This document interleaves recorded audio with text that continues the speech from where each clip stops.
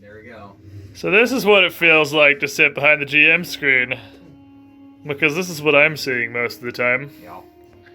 Hello, everybody.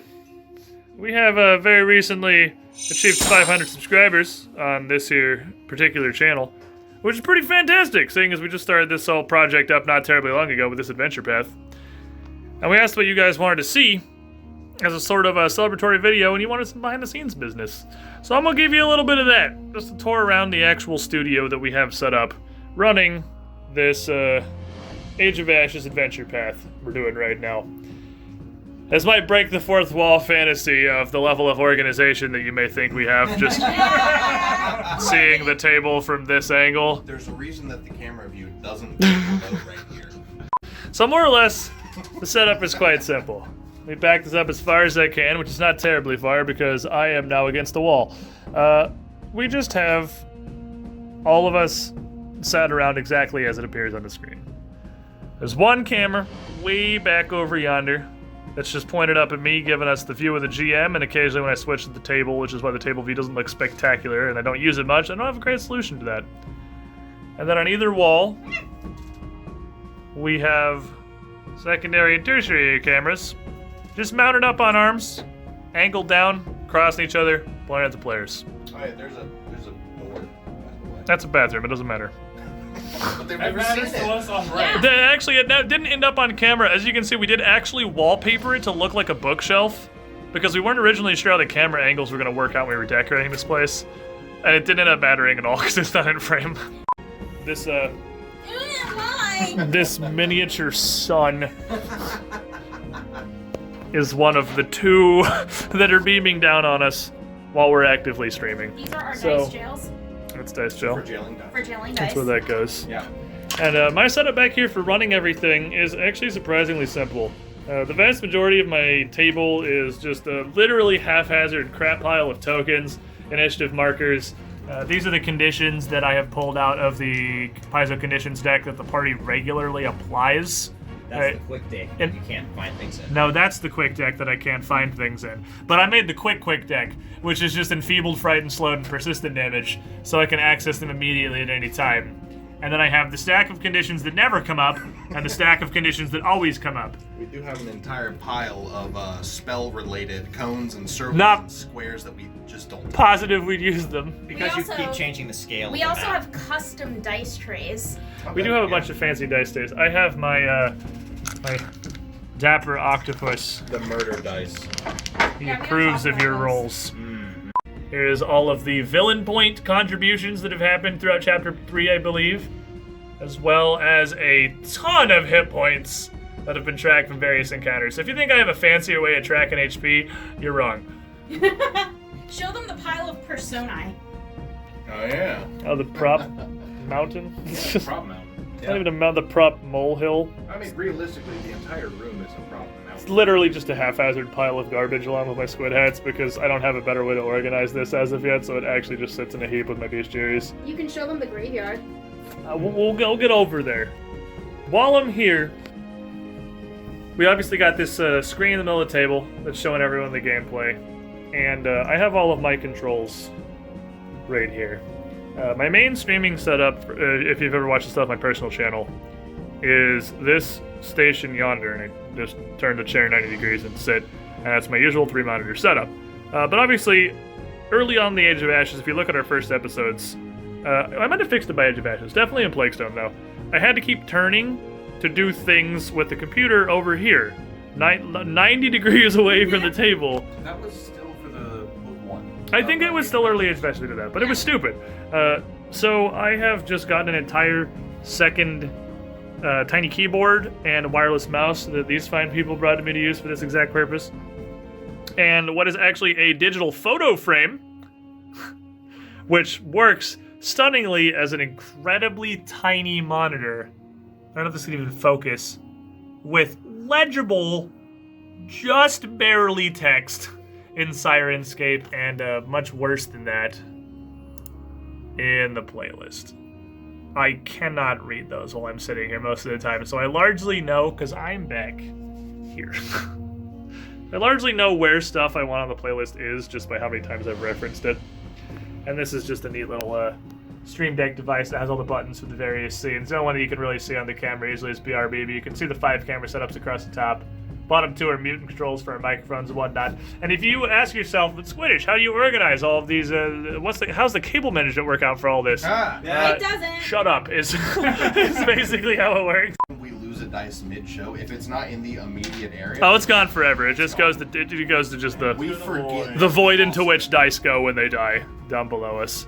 But yeah, we've got obviously just a little bit of backsplash behind Derp and Colby here at the moment on the much fancier pile of shelves and cool things that we have over here behind Nick and Jen. Because we can't fit a whole bunch of shelving back there because you can see that, like, this is the back wall. This is the whole room. There's if all of that was over here, I wouldn't be able to scoop my chair back. Originally, and I think again this made it to an episode or two of Plague Stone, there was a giant cabinet back here. Yeah. That was there for a while. Yeah, that was actually there for a while. That was full of other cool stuff, but it was just way too big. When we come over yonder, you can see the very wide assortment of random garbage we got at Hobby Lobby, and a couple of other things like the really cool painted bottles that Arcade has sent us that are all in here. At least you have Iron Skin, throwback to old Skull and Shackles. And speaking of Skull, we have this big old skull looming over the graveyard of dead/retired characters, because Buddy's over here now, unfortunately, due to scheduling shenanigans, and the world's least stable shelf. Which we put which you might ask yourself, why would you put all of this stuff that looks so fragile on the world's least stable shelf? Because then it looks unstable and it doesn't get touched and people are more careful with it because it looks precarious. Because if you sneeze on this, it will fall down and destroy everything. Here's the actual king of note-taking and documentation. This is actually pretty good. So we've got shared loot pool right here. This is actually not legible. It's all in hieroglyphics. I promise you, I can understand what it says. No, I it's see in a rope Roxy. 50 feet. Here's all of my hero points that people have been nice enough to give me. Oh, you got actually a really Spectacular. good. You got to make another page for this, Sid. Yeah, there's Or you're already on another page. No, not really. Basically, if the same person gives it to me, I can just make a new checkbox, so I don't have to just make pages and pages. You actually got a wide variety of people giving you hero points, apparently. I do. I really do. Look how supported you are. I very much appreciate it. Don't you worry. They all come in Okay. handy. But then we have Some our more book chicken 1 scratch. notes, people, This who is they are, Zuri where they are. Starflower. Yep, there you go. You see that. And here is a name that was not correct. I think it was Varus. It was actively the knoll that you know is around Kintargo somewhere. Yeah. And then we've got Spider Ladies. These are Mwangi things. These are quests to do while in Mwangi, which we actually did most all of them. Except for the Singing Spears. They were dead before we got there. They were super dead. They were super They dead. tried their hardest. They sang, then they died. Pig's Ear Tavern. This is how many gates we've opened for the Ayudara. Here's the Citadel Artarian workforce notes. I didn't actually make a spreadsheet for this. I just did scratchy notes for it. So You are such a nerd. very sad. Mwangi notes, reports to the leopards, telling them how cool stuff we did. Here's book 3 notes, going after Varus. Yeah, we have learned precious little in book 3. It's largely Although, been stuff keeps happening and we deal with it. we do find places, we do have people, and then it's all blank until you get back to this section of the book where we have Ooh, that's the mine. grid. Yep, there's the mine. Cloud mine. Yep. And over here is. Oh, Altarian Dungeons. That's it right there. And I think I even have a hex page back here. Of the frickin' jungle. Oh, the frickin' Mwangi jungle. At that. Look at that. Look at that magic power. The first one wasn't good enough because what the hell was this? I messed it up. Okay. And I'm not sure if the music we have playing is going to come through on this phone recording or not, because I do not really have a better free camera to do this with, because all my cameras are either bolted to walls and do not have SD cards, or so I couldn't record on that anyway, or they are a webcam mounted on my monitor. So cell phone it is. If you're wondering why it takes 9 seconds of me looking at something for it to focus, it's because this is a freaking phone camera in it. Neat DIY studio making trick. Take a regular ceiling fan and just put frickin' daylight, photo bulbs in it. Ta-da! Now it's a studio light. Yep. Both Nick and myself have actually been in the attic doing various upgrades to this room. That's true. We ran cable. Remind me what you ran cables for. You ran cables to put the outlet behind that camera, right? No, Yeah. we ran this outlet to completely replace everything brand new to increase your consistency with your internet. And I got up in the attic and hung your green screen. Oh, that's right, because the green screen, which is not used in Age of Ashes, obviously it's my regular campaign, has anchors bolted through the ceiling. So, yeah. And then one day it fell all on its own. Well, that was why we have the anchors now, is because it just fell down before we went up in the attic We and did not actually anchored it. originally have the anchors. We just had drywall hooks in there. Yeah, it was mostly mollies or drywall hooks or something similar in there, and that this thing's pretty freaking heavy, it turns out. Yeah, that's just a closet that has most of our the pawn boxes and random office supplies to make this crap, like paper paper for this nonsense, and all the little stuff we use for these nice 3D printed initiative trackers. Chaos gets to live back here. Those things are really nice. The close-up, perhaps, of our hero points. Oh yes, they're a nasal hero point. They say hero point on one side and the Pathfinder logo on the other. Yeah. Very 3D printed, very fantastic, very spray painted gold, and the villain points are just unpainted because they don't live in Chaos anyway. So Because they they're just sad. You guys may Whatever. also notice that I keep a bunch of stuff in my microphone thing, and all over here they're actually symbols of all of the dead characters that It was I what- literally carry around with me. Yeah, the brown wolf. We got all those that Esvis had handed out on his final session. That Matt had Yep. physically made for us. And I Got still Doran's have, monocle. and I still carry around Doran's Doran's monocle. It's the holy symbol of Sarenrae from and the her. holy symbol of Sarenrae. Like I'm literally like a walking funeral parlor. You're a reliquary. You're very depressing. Oh, above Colby, I can show you one of the best parts of this.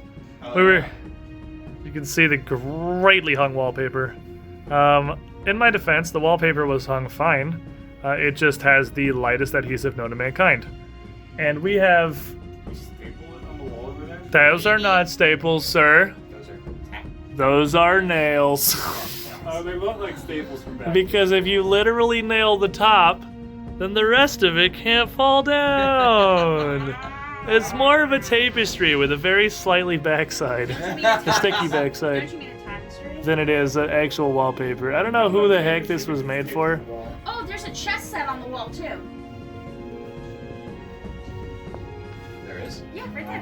What? That's weight. That's one. Oh my god, you. I think I've made that joke before. I know, but you're dumb. I No know. one listens to you. That's why I'm doing it. So yeah, thank you everybody, obviously, for supporting the channel so far. They're just as boomery as I am.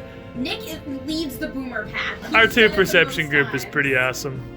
We have Such great friends. we have come a very long way since our original Dragon's Demand and Skull and Shackles adventures, and I'm glad that as we start really putting this together into a real thing with a real table and trying our best, we got all you supporting us, making it Love happen. you. So, Thank well, you. here you go. Here's some secrets. I Here's have how other everything secrets. Here's how everything runs. They're gonna Here's know all the- secrets. The lucky boule.